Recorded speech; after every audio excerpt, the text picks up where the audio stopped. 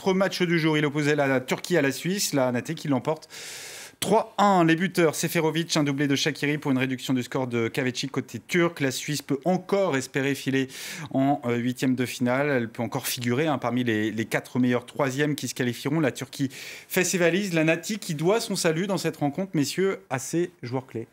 Oui, Seferovic qui s'est réveillé, Seferovic qui avait été absent, approximatif, pas dans le tempo sur les 2 premiers matchs. Là, enfin, il a réglé la mire, il avait fait une bonne saison avec Benfica, il a retrouvé ses sensations, un très beau but, frappe en pivot, au ras du poteau.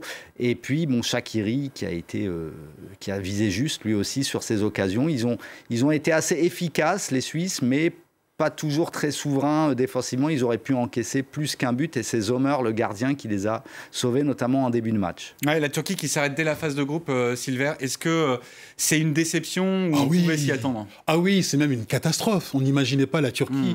3 défaites en 3 matchs. À un tel niveau, quand on repense à ces 3 matchs, surtout le dernier, on voit quoi? On voit des joueurs en fait qui étaient figés, une défense qui était figée, des joueurs qui ne se mettaient pas à la disposition des uns et des autres. Et c'est terrible sur le plan large parce qu'on voit en fait des joueurs qui vraiment se contentent de rester dans leur couloir, aucune dynamique, de la tristesse, aucun jeu, aucune volonté d'aller de l'avant, ou en tout cas de casser les lignes. Et là, je crois qu'il faut vraiment que le sélectionneur Gounes se mette en question, parce qu'il n'a pas construit une équipe, il n'a pas construit de jeu, il n'y a aucune tactique. On est vraiment au fond du fond. Il a présenté ses excuses au peuple turc, et je crois qu'il va falloir qu'il recommence, parce que c'est une sortie vraiment la tête basse. Oui, le soleil, Seignol, là, il est un peu éteint.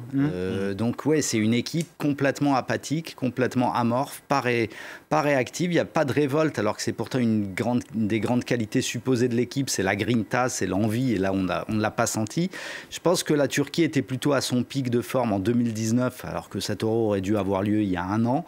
Et en plus, pas mal de joueurs se sont expatriés récemment, ce qui est bien pour leur expérience, c'est bien pour leur carrière en club, mais je trouve que la Turquie a peut-être un peu perdu cette unité, ce ciment qui était formé sur les gros clubs, notamment d'Istanbul. Ouais. Yilmaz est parti, Soyuncu maintenant est titulaire en Première Ligue à Leicester, il y en a d'autres.